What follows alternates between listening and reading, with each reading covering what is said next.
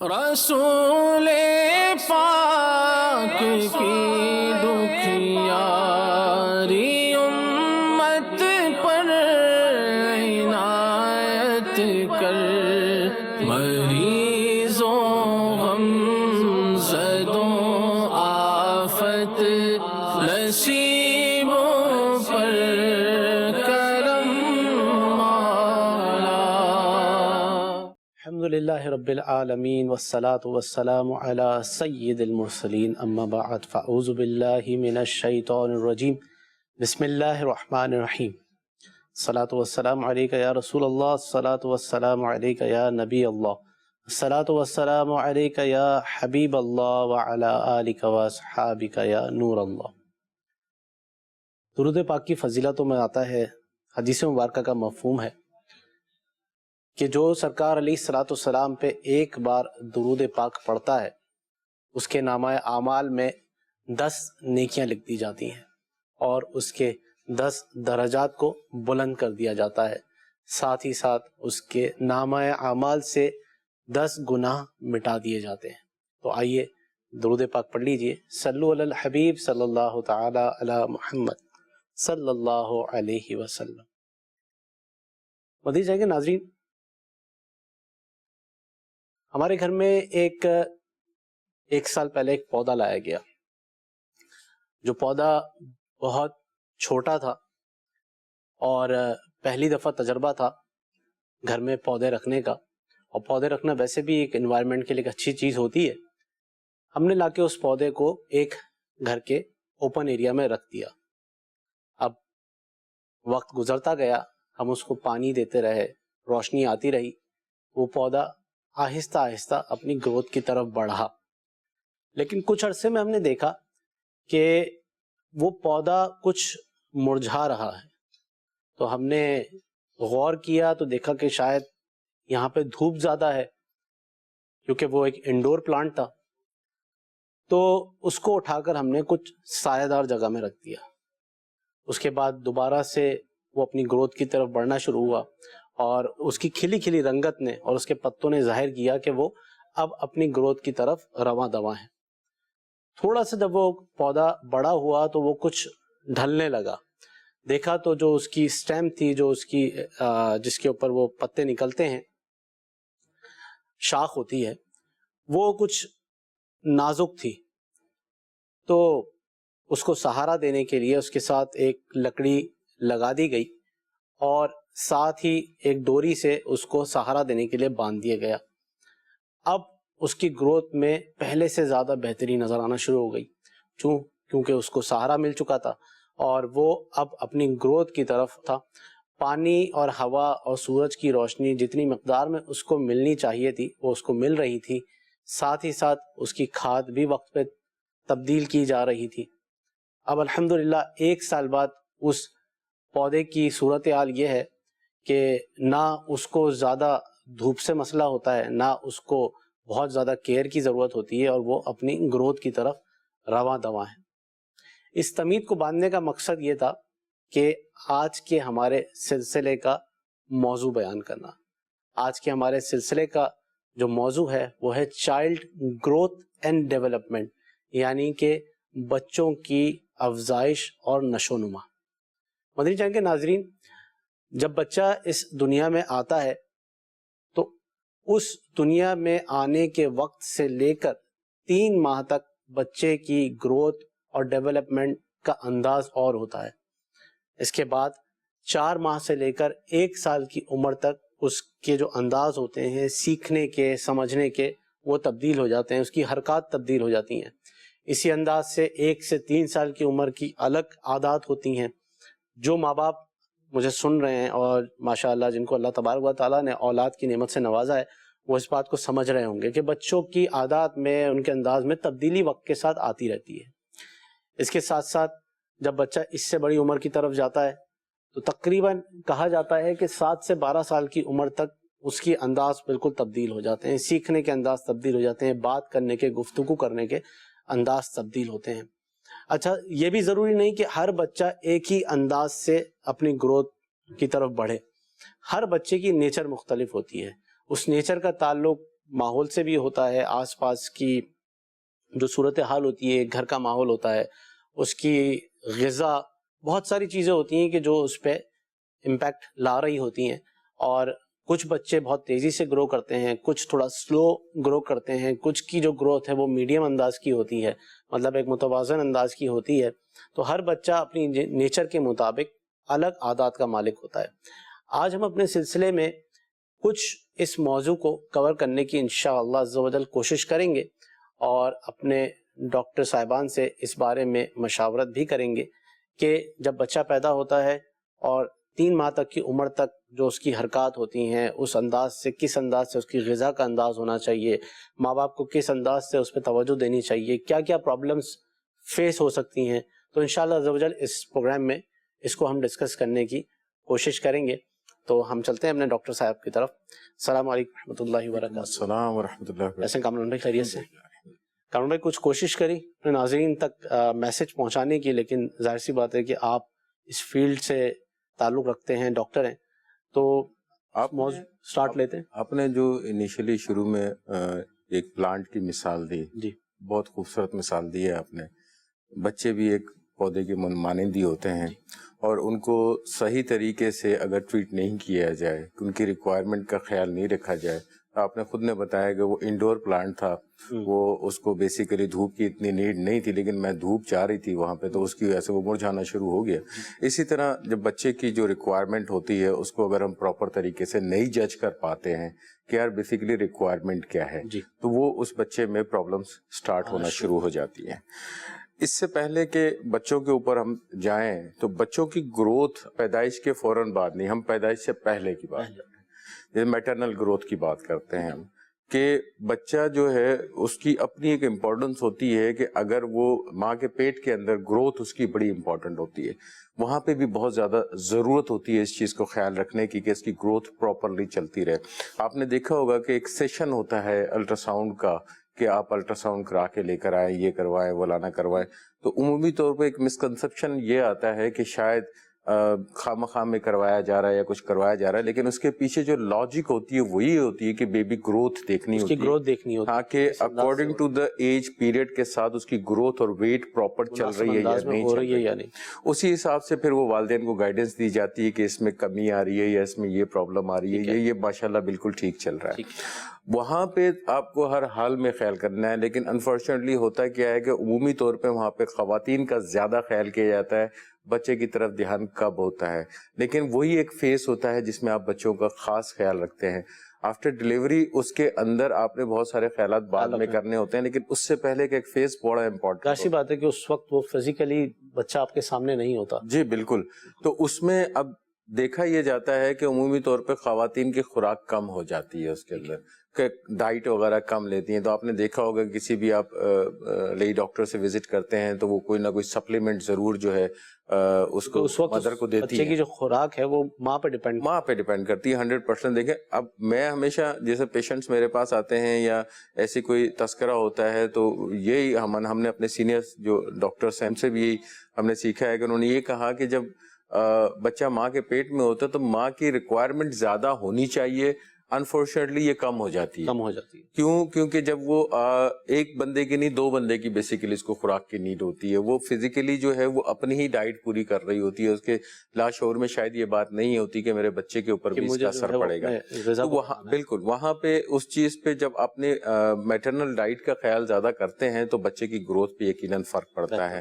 تو اس میں سب سے امپورٹنٹ چیز یہ ہے کہ اسٹارٹنگ فرام دا بگننگ جو ہے نا آپ اس کو لے کے چلیں گے تاکہ وہاں سے آپ کی گروتھ بہتر ہوتی جائے، اور ڈاکٹر کی ایڈوائس پہ عمل کرتے رہیں گے. ڈاکٹر سے اس کو کنسلٹ کر لیا جائے کہ اپنا چارٹ لے لیا جائے. ایگزیکٹلی وہ ڈاکٹر کی ہدایت پہ عمل کرتے رہیں، وہ کیا گائیڈ لائن دے رہے ہیں اس کے بعد جو ہے سارا پروسیجر ہوتا ہے. اب جیسے انیشیل اسٹیج ہوتی ہے جس کو آپ نیو نیٹ کہتے ہیں کہ بچہ آفٹر ڈیلیوری فوراً جب آتا ہے تو اس کی امپورٹنس بڑی ہوتی ہے کہ ڈیلیوری کے بعد بہت ساری چیزیں چیک کرتے ہیں وہاں پہ جو ڈاکٹر صاحبان ہوتے ہیں. ایون پیڈیاٹریشین بھی اس وقت وہاں پہ موجود ہوتے ہیں. اسپیشلی بچے کو بلا کے چیک کرایا جاتا ہے کہ اس کے اندر کوئی فزیکلی تو پرابلم نہیں ہے. کچھ کرائٹیریاز ہوتے ہیں اس کو وہ میٹ کرتے ہیں. بعض اوقات یہ عموماً شکایت سننے میں آتی ہے یار ہمارا بچہ پیدا ہوتا ہے اسے کوئی تھپڑے مارنا شروع کر دیتے ہیں, چماٹ مارنا شروع کر دیتے ہیں, وہ خواہ رونا شروع کر دیتا ہے. اس کے پیچھے لاجک ہوتی ہے, اس کے پیچھے لاجک یہ ہوتی ہے کہ بچے کی کرائنگ پاور دیکھیں گے, اس کو رونے کا انداز آیا پراپرلی ہے, یہ پراپرلی ہے یا نہیں ہے, کس طریقے سے ریسپونڈ کر رہا ہے, اس کا سی این ایس انٹیک ہے یا نہیں ہے. یہ بیسیکلی ایگزامینیشن کا ایک حصہ ہوتا ہے. تو اگر کوئی یہ دیکھتی ہے, مدر یہ دیکھتی ہے, تو کبھی اس چیز کو برا نہ سمجھے کہ وہ بچے پہ خدا نخواستہ کوئی ظلم ہو رہا ہے, وہ بچے کی فزیکلی چیک ہو رہا ہے, کیونکہ وہ خود بتا نہیں سکتا ہے کہ اس کو بیسیکلی پرابلم کیا ہے. تو وہی ساری چیزوں کو دیکھتے ہیں. اس کے بعد جو ہے آپ جو ایک پروسیجر ہوتا ہے, جب یہ بچہ گھر پہ آ جاتا ہے تو پھر یہاں سے آپ کی ذمہ داری اسٹارٹ ہو جاتی ہے کہ آپ نے اب بچے کی کیئر کس طریقے سے کرنی ہے, ساتھ ساتھ اپنی کیئر بھی کرنی ہے. کیونکہ آپ کی صحت اچھی ہوگی, میٹرنل صحت اچھی ہوگی, والدہ کی صحت اچھی ہوگی, تو ڈیفینیٹلی بچے کی صحت پہ بھی اس کا پازیٹیو ریسپانس جو ہے وہ مدر فیڈ کے اوپر ریلائی کر رہا ہوتا ہے. اگر خدا نخواستہ ماں کو کوئی بیماری ہوتی ہے تو الٹیمیٹلی اس کا افیکٹ بچے پہ ضرور پڑ جاتا ہے, جس کی وجہ سے اس کو پرابلم فیس کرنی پڑ جاتی ہے.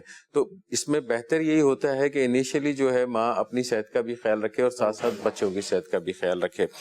اب اس میں جب بچہ فرسٹ اسٹیپ پہ آ جاتا ہے تو 2-3 چیزیں امپورٹنٹ ہوتی ہیں. اس کا ریسپونڈ کس طرح کا ہے, سنائی کس طرح دے رہا ہے, نہیں دے رہا ہے, اس کی ساؤنڈز پہ ریئیکٹ کس طرح کر رہا ہے.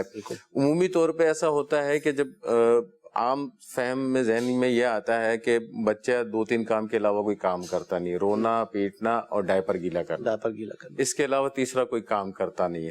لیکن اگر آپ یہ دیکھیں تو یہ ساری چیزیں اس کی اپنی ایک لائف کا حصہ ہوتی ہیں. رونے سے وہ آپ کو اپنی طرف متوجہ کرنے کی کوشش کر رہا ہوتا ہے, اس کے پاس کوئی آپشن نہیں ہوتا, وہ آپ کو اپنی طرف متوجہ کرنے کی کوشش کر رہا ہوتا ہے. اب متوجہ کرنے کی کوئی اور ریزن بھی ہو سکتی ہیں, یا تو یہ ہے کہ ڈائپر وغیرہ اس کا گیلا ہوگا, یا کوئی اس کو تکلیف ہوگی, یا کوئی پیٹ میں تکلیف ہوگی, یا بعض اوقات ایسا ہوتا ہے کہ ایٹماسفیئر ایسا ہوتا ہے, ماحول ایسا ہوتا ہے, گرمی ہوتی ہے, بچے کو عمومی طور پہ یہ دیکھا جاتا ہے کہ بچے کو بہت زیادہ لپاٹ کے رکھ دیا جاتا ہے, جو بھی ایک غلط امپیکٹ ہے انشاءاللہ اس پہ بھی ہم بات کرتے ہیں. تو جب آپ اس کو بھی دھیان دینا پڑتا ہے کہ بہت زیادہ گرمی تو نہیں لگ رہی. ایک چیز میں یہ عرض کرنا چاہوں گا ڈاکٹر صاحب کہ عمومی طور پہ جیسے ہم نے بات کی کہ ولادت سے پہلے, ولادت کے بعد, ولادت سے پہلے بھی غذا کا خیال رکھا گیا. عمومی طور پہ دیکھا ہی جاتا ہے کہ بچوں کے اندر جو ہے نا وہ بہت جلدی ان کو جو ہے نا وہ نزلہ زکام کی شکایت ہو رہی ہوتی ہے. تو اس کا تعلق بھی ماں کی غذا سے ہی ہوتا ہے, کیونکہ ماں جو ہے وہ ٹھنڈا, کھٹا یہ چیزیں کھانے سے گریز نہیں کر رہی ہوتی ہیں, جس کی وجہ سے بچے کے اندر یہ چیز آ رہی ہوتی ہے, اور یہ ڈیفینیٹلی اس کی گروتھ پہ بھی اثر کرتی ہوگی. بالکل, یہ ایک فیکٹر تو ہم کہہ سکتے ہیں, اس سے ریلیشن بنتی ہے, لیکن ہم نے دوسرے فیکٹرز کو بھی مد نظر رکھنا ہوتا ہے. میٹرنل ہیلتھ اپنی جگہ پہ امپورٹنٹ ہے, لیکن ساتھ ساتھ اس بچے کو انوائرمنٹ کیا دیا ہے ہم نے. بعض اوقات کیا ہوتا ہے کہ اس کا پراپرلی کیئر نہیں کرتے, اگر ڈائپر گیلا ہوا تو مسلسل گیلے ہی رہتا ہے, ریشز وغیرہ ہو جاتے ہیں. تو یہ چھوٹی چھوٹی چیزیں ہوتی ہیں کیونکہ بچہ اٹ سیلف خود کچھ کھاتا نہیں ہے, کچھ پیتا نہیں ہے, کہیں آتا نہیں ہے, کہیں جاتا نہیں ہے. تو اس کو اگر کوئی بھی بیماری, کوئی بھی ڈیزیز لگ رہی ہے تو اس میں آپ کی اپنی جو ہے توجہ کی ایگزیکٹلی, تو آپ کو اپنے اوپر نوٹس لینا چاہیے کہ اگر یہ بچہ بیمار ہوا تو اس کی ریزن کیا ہے, میری اپنی کیا مسٹیک ہوئی, میں نے اپنی کوتاہی کہاں ہوئی ہے, میرے سے آیا اس کی ڈائٹ میں کوئی پرابلم ہوئی ہے, یا اس کے باقی معاملات کے اندر کوئی کوتاہی تو نہیں کی ہے جس کی وجہ سے یہ پرابلم ہوئی ہے. چھوٹے بچوں میں ریزنس یہی ہوتی ہے. پھر دوسری بات یہ کہ چھوٹے بچوں کے اندر جو ڈیفینس میکینزم ہوتا ہے, مدافعتی نظام ہوتا ہے, وہ اتنا زیادہ اسٹرانگ نہیں بن پاتا ہے, ابھی انیشیل اسٹیج پہ چل رہے ہوتے ہیں.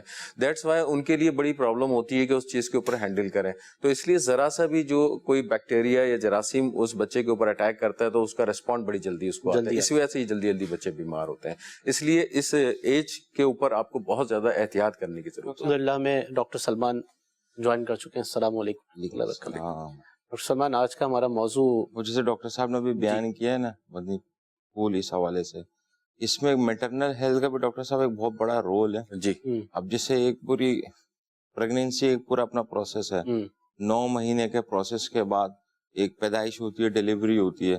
اب اس میں والدہ کی ہیلتھ کتنی امپورٹنٹ ہے. بالکل, اب والدہ ہیلدی ہے, مدر ہیلدی ہے, تو چائلڈ بھی ہیلدی ہی ہوگا. بالکل. اب اس میں جیسے پوسٹ ڈیلیوری, جیسے ڈیلیوری ہو گئی, پیدائش ہو گئی, اس کے بعد زیادہ تر توجہ بچے کے اوپر ہی آ جاتی ہے. بالکل ایسی. تو والدہ کی جو صحت ہے, اب جیسے لیٹ سپوز کہ نارمل ڈیلیوری یا سی سیکشن ہوا, ریگارڈلیس آف کوئی بھی سچویشن ہو, تو لسٹ آف ریکوائرمنٹ چیزیں ہیں جو کہ مدر کے اندر شوڈ بی بیلنسڈ. جیسے خون کی کمی ہوتی ہے, کیلشیم کی کمی ہوتی ہے. یہ ساری اب چیزیں پہلے تو وہ پریگنینسی سے پہلے الگ ہوئے, اب پریگنینسی کے بعد ابھی 2 لوگوں کو سنبھال رہے ہوتے ہیں, ایک خود کو اور ایک بچے کو. تو اب ان کی ڈائٹ جتنی بیلنسڈ ہوئے گی, جتنا یہ اپنا کیئر رکھیں گی, جیسے ان کا صلی اللہ تعالی محمد ہیموگلوبن بیلنسڈ ہے, کیلشیم بیلنس ہے, وٹامن ڈی کسی حد تک بیلنسڈ ہے, تو یہ پھر فیڈنگ پیٹرن کو بھی امپروو کر سکیں گی, اور وہی جو فیڈ بچہ لے رہا ہوگا تو وہ ہی اس کے اندر. بچوں کی نشو و نما سے ایک چیز مجھے یاد آئی, میں ایک ریسرچ پڑھ رہا تھا. ایک قوم ہے کہ جو بچوں کی پیدائش سے پہلے جو ہے وہ بچوں کی کس انداز سے نشو و نما کا سوچتے ہیں اور کیئر کرتے ہیں. میں کچھ عرض کرتا ہوں آپ کو کہ جب پریگننسی ہو جاتی ہے اور بچے کی ولادت سے پہلے وہ بچوں کا خیال کس انداز سے رکھتے ہیں. اس قوم کے اندر ماں کی غذائیت کا سب سے پہلے خیال رکھا جاتا ہے. بچے کے جو والد ہیں یا جو ان کے ہسبینڈ ہیں, اگر وہ اسموک کرتے ہیں, سگریٹ پیتے ہیں, تو اس دوران اس قوم کے اندر باقاعدہ پابندی ہوتی ہے کہ وہ گھر کے اندر اسموک نہیں کریں گے, مطلب سگریٹ نہیں پئیں گے. کیوں؟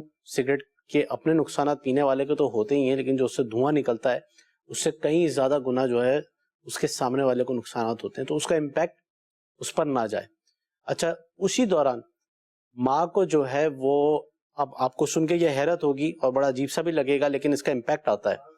ماں کو پریگننسی کے دوران میتھمیٹکس کی ایکویشنز کروائی جاتی ہیں. ماں جو ہے وہ میتھس کے سوالوں کو ریزالو کرتی ہے, سولو کرتی ہے, اور مطلب اس قسم کا انوائرمنٹ ماں کو دیا جاتا ہے, سکون والا ماحول دیا جاتا ہے کہ جو ہماری آنے والی نسل ہے اس پر چونکہ اس کا اثر ہوگا, اسی لیے پہلے ہی اس کی کیئر شروع کر دی جاتی ہے.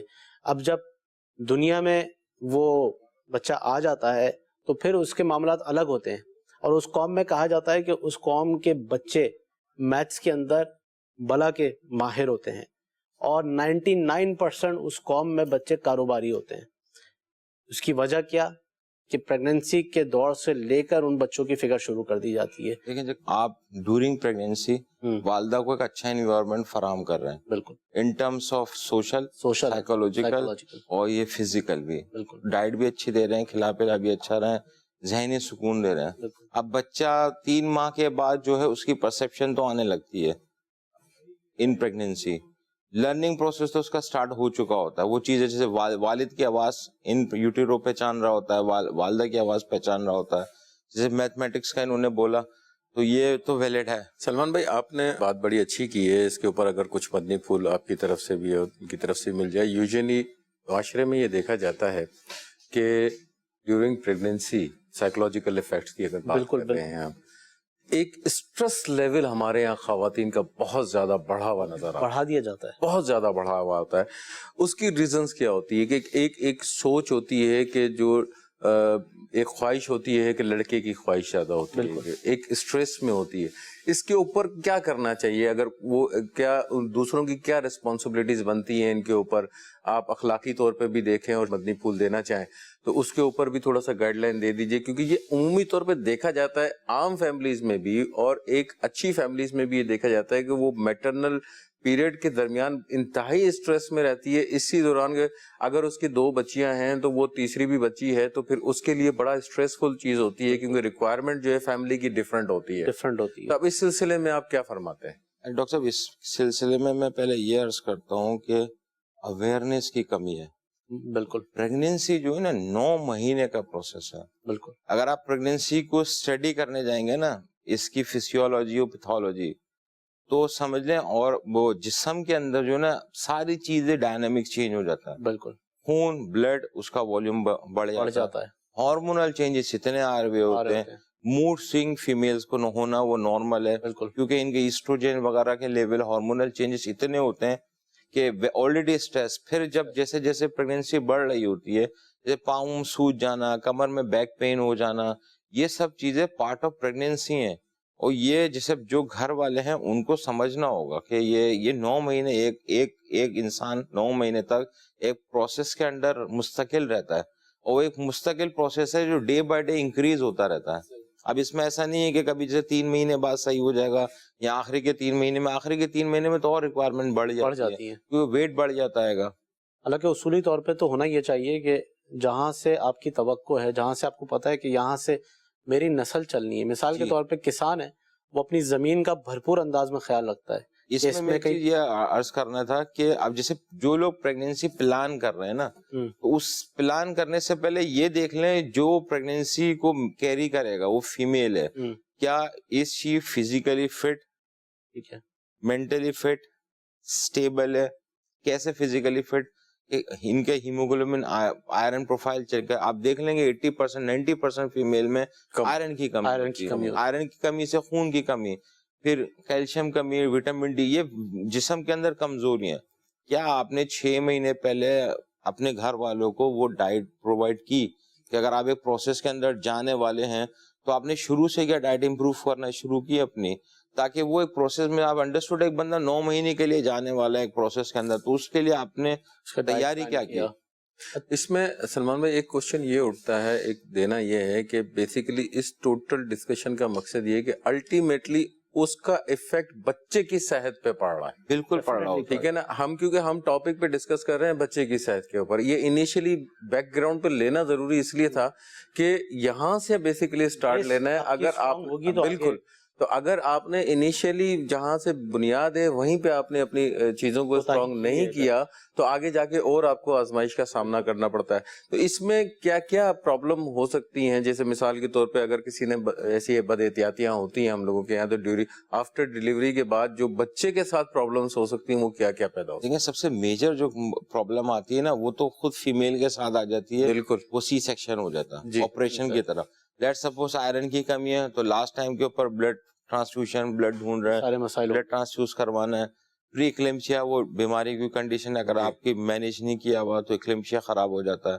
تو سب سے پہلے تو فیمیل ہی متاثر ہوتی ہے کہ یہ سرجری کی طرف چلے گئی. بالکل، اور یہ آج کل یہ سرجری بھی نارمل سرجری نہیں، میجر سرجری کا شمار ہوتا ہے. پھر اس کے بعد بچہ اگر لیٹ سپوز اگر پری میچورلی ڈیلیور ہو گیا، پری میچور ہو گیا، ڈیلیور ہو گیا، تو ویسے ہی اس کے جتنے گروتھ کے پیٹرن ہوں گے وہ ڈسٹرب ہونا شروع ہو جاتا ہے.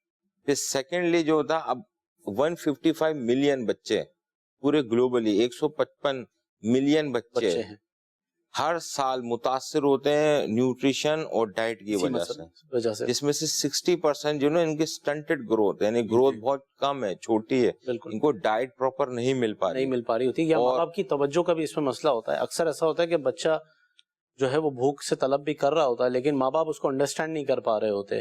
وہ سمجھ رہے ہوتے ہیں کہ شاید بچہ روتا زیادہ ہے، لیکن ممکن ہے کہ اس کو بھوک زیادہ لگتی ہو یا اس کی نیڈ پوری نہ ہو رہی ہو جس کی وجہ سے وہ رونا زیادہ کر رہا ہو. ایسا ہی ہوتا ہے. تو اس میں یہ ریکمینڈ کیا جاتا ہے کہ فیڈ کا ٹائم بڑھا دیا جائے یا ہر 2 گھنٹے کے اوپر اس کو ری چیک کر لیا جائے. ریکمینڈیشن تو یہی ہے کہ ایٹ لیسٹ 6 مہینے انیشیلی اور میکسیمم 2 سال تک ان کو والدہ کی فیڈ کے اوپر ہی رکھنا ہوتا ہے. تو اس دوران والدہ کو اپنی ساری صحت کے اوپر اپنی چیزیں فوکس کرنا ہے، خود فٹ رہنا ہے. والدہ کے ساتھ ساتھ گھر والوں کو بھی جو ہے وہ گھر والوں میں دیکھیں، میجر رول ہے. گھر والوں میں جو میں ابھی پڑھ رہا تھا نا، لکھا ہوا تھا کہ اگر فیمیل چاہے وہ کسی سے نہیں ملے تو اس کا رائٹ ہے کہ وہ نہ ملے. وہ ریزن یہ post delivery post partum depression آپ نے پڑھا ہوگا، پوسٹ پارٹم بلوز، یہ ساری سائیکولوجیکل ٹرمز ہیں کہ پوسٹ ڈیلیوری اس فیمیل میں اتنی پرابلم آتی ہیں، سائیکیٹرک چینجز بھی آ رہے ہوتے ہیں. بالکل، تو اس کو زیادہ ریسٹ کی ضرورت ہے، زیادہ بچے کے ساتھ توجہ کی ضرورت ہے. بہت ساری چیزیں چینج ہو جاتی ہیں، مطلب مینٹلی طور پہ بھی تبدیلی آ جاتی ہے، فزیکلی بھی انٹرنل بھوک کا لگنا، غذا تبدیل ہو جاتی ہے، کسی چیز سے الرجی ہو جاتی ہے. میں فزیکلی پہ اس پہ کلام یوں کر دیتا ہوں، جیسے ایک بندہ پروسیس میں گیا ان پریگنینسی کے اندر 9 مہینے ایک پروسیس کے اندر پرسسٹنٹ رہتا ہے، باڈی میں ساری ڈائنامک چینج ہوتی ہے. ڈاکٹر صاحب فزیولوجی چینج ہو گئی، وہ ہارمونس کا لیول ہائی ہوتا ہے، بلڈ والیوم ہائی ہے، باڈی میں پین ہے، سارا انوائرمنٹ چینج ہے انسان جسم کا. اب پریگنینسی کے بعد یہ سب چیزیں بیک ٹو نارمل آنا شروع ہوتی ہیں. خون اس میں سلمان بھائی جیسے آپ پریگنینسی میں بات کر رہے ہیں کہ ایک تو یہ نارمل فینومینا ہے، اس کے ساتھ ساتھ جو بیماریاں خاتون کو لگتی ہیں جسٹ لائک ایچنگ وغیرہ، باڈی کے اندر خارش کے سٹارٹ ہو جاتا ہے، ہائپر ٹینشن ہو جاتا ہے، ڈائبٹیز ہو جاتا ہے، یہ وہی ہو گیا نا کہ آپ کا جو ڈیورنگ پریگنینسی آپ کے ساتھ یہ ہو رہی ہیں پرابلمس. اب اتنی ساری پرابلمس کے ساتھ وہ ہے ایک خاتون اور اس کے جو سراؤنڈنگس کے لوگ ہیں اگر وہ اس کی مدد نہیں کر پائیں گے تو ڈیفینیٹلی وہ بچے کی گروتھ پہ الٹیمیٹلی افیکٹ پڑے گا. اور پھر اینڈ کے اندر کیا ہوتا ہے جیسے آپ نے بتایا کہ وہ مدر پہلے اس کی جو ہے اس کے اندر شامل ہو جاتی ہیں, سیزر کی طرف چلے جاتے ہیں, پھر بچے کی گروتھ صحیح نہیں ہوتی ہے, پھر I C U N I C U کا سلسلہ ہوتا ہے, انکیوبیٹر کا سلسلہ ہوتا ہے, نیونیٹل جوائنٹس بہت زیادہ کامن ہو گیا ہے کہ ہر دوسرا بچہ ہے جو آفٹر فور ڈیلیوری جو اس کو پیلیا اسٹارٹ ہو جاتا ہے. ہم 3 کالز لیتے ہیں پھر انشاءاللہ اپنے موضوع کی طرف بڑھتے ہیں. پوسٹ ڈیلیوری جو ہے وہ الحمدللہ کافی ایک میچور ہماری ڈسکشن ہوئی ہے. یہ ایک پورا دیکھا جائے تو پورا ایک سلسلہ ہمیں اگر اس کے اوپر کیا جائے تو وہ بھی کم ہے. اب انشاءاللہ عز و جل ہم اب برتھ کے بعد کی گروتھ کے اوپر انشاءاللہ فوکس کریں گے. ہم 3 کالز لے لیتے ہیں. جی کالز دیجیے گا. السلام علیکم ورحمۃ اللہ. وعلیکم السلام ورحمۃ اللہ وبرکاتہ. ڈاکٹر صاحب یہ بتائیے کہ جب بچہ پیٹ میں ہوتا ہے تو 4-5 مہینے کے بعد ڈاکٹر کہتے ہیں کہ بچے کا ہاتھ نہیں بنا, سر نہیں بنا, تو اس کے بارے میں کیا مدنی پھول ہے؟ ٹھیک ہے انشاءاللہ آپ کو جواب دیتے ہیں. السلام علیکم ورحمۃ اللہ وبرکاتہ. السلام ورحمۃ اللہ وبرکاتہ. میری خالہ بہت پریشان بھی رہتی ہیں اور ان کو بیماری بھی ہے رسولی نام کی, اور اینڈ آپ ان کے لیے کوئی وظیفہ بتا دیں اور ان کے لیے دعا کروا دیں. ٹھیک ہے انشاءاللہ عز و جل اللہ تبارک و تعالیٰ ان کو صحت کاملہ عاجلہ نافیہ عطا فرمائے. انشاءاللہ 3rd کال کے بعد اس کا جواب دیں گے. میرا نام عبدالعظیم ہے, میں قائد مدرسۃ المدینہ میں پڑھتا ہوں. میرا سوال یہ ہے کہ ڈینگی کا کیا علاج ہے؟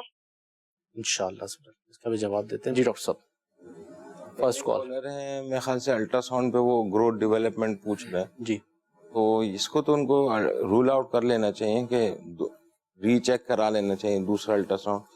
اس میں سلمان بھائی امپورٹنٹ چیز یہ ہوتی ہے انہوں نے 4 یا 5 مہینے کے بعد کی بات بولی, وہ تو ابھی تک میچور نہیں ہوا. ہاں اب ہم یہ اس کے اندر ایک پرابلم ہمارے ساتھ کیا آ رہی ہے معاشرے کے اندر کہ ہم انیشیلی اسٹیج کے اوپر وزٹ نہیں کرتے ڈاکٹرز کے پاس. ٹھیک ہے آفٹر 4-5 منتھس کے بعد جیسے یہ کال آئی ہے, اکثریت سب نہیں اکثریت ایسے لوگ ہوتے ہیں جو آفٹر 4-5 منتھس کے بعد جو ہے ڈاکٹر سے وزٹ کرتے ہیں.